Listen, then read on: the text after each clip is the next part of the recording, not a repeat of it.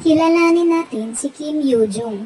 Si Kim Yoo-jung ay isa sa mga pinakasikat na artista sa South Korea.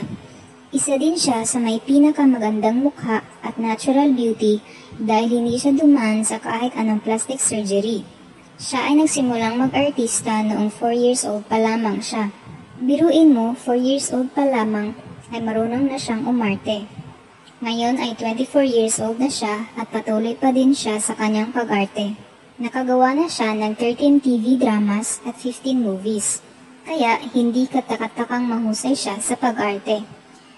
Ipinanganak siya noong September 22, 1999.